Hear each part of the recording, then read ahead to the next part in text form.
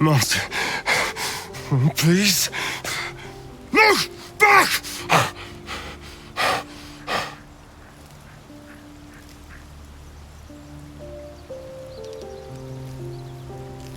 You're sorry, but you never get any less disappointing. And yes, I saw him. Cazador. He was reading poetry. How does that compare to your dream?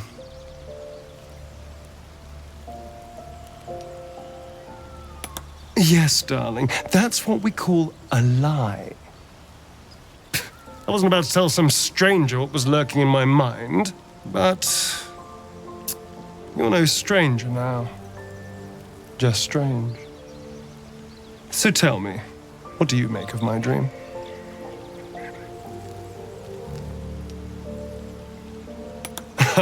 I thought you'd get a kick out of it.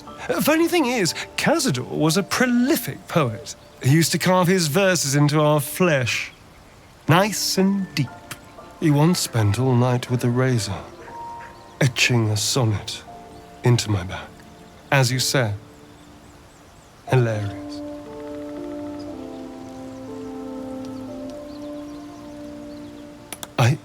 What? No. For your sake, I hope it's a tadpole messing with your mind. Ridiculous. Such a touching scene. I almost hate to interrupt it. But you are not the only ones to dream this night. Has it escaped you that exploiting the tadpole conjures these visions for us all? And? I suppose you want to stop using that power. Don't be ridiculous. The power to twist a mind to your will is worth some nightmares. Exactly. We need every advantage we can get.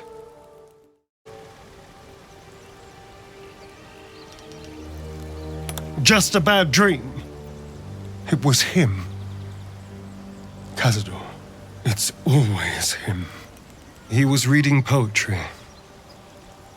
How does that compare to your dream?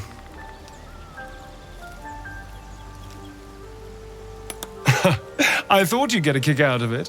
Funny thing is, Cazador was a prolific poet. He used to carve his verses into our flesh.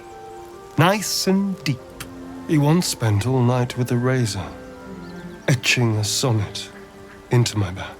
As you said, hilarious.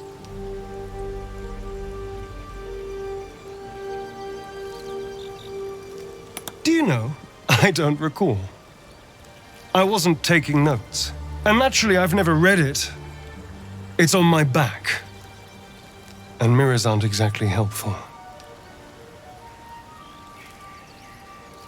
I can do without reliving that particular night, thank you. Well then, good night. And you'll know the next time I wake up screaming, it won't be because it's just a bad dream.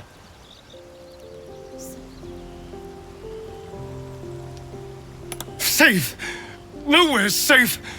I can't even close my eyes without seeing him. Cazador.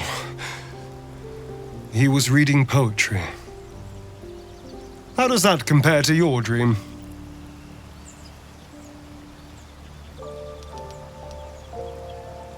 Well, at least my vision was based in reality. Cazador was actually a poet. He used to carve his verses into our flesh. Said he'd turn us into art. He once spent all night with a razor, drafting and redrafting a sonnet on my back.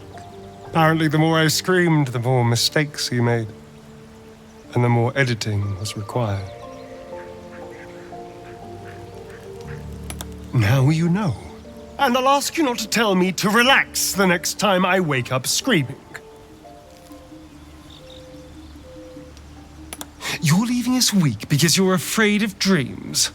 I'm willing to do whatever it takes to survive. A pity I'm the only one.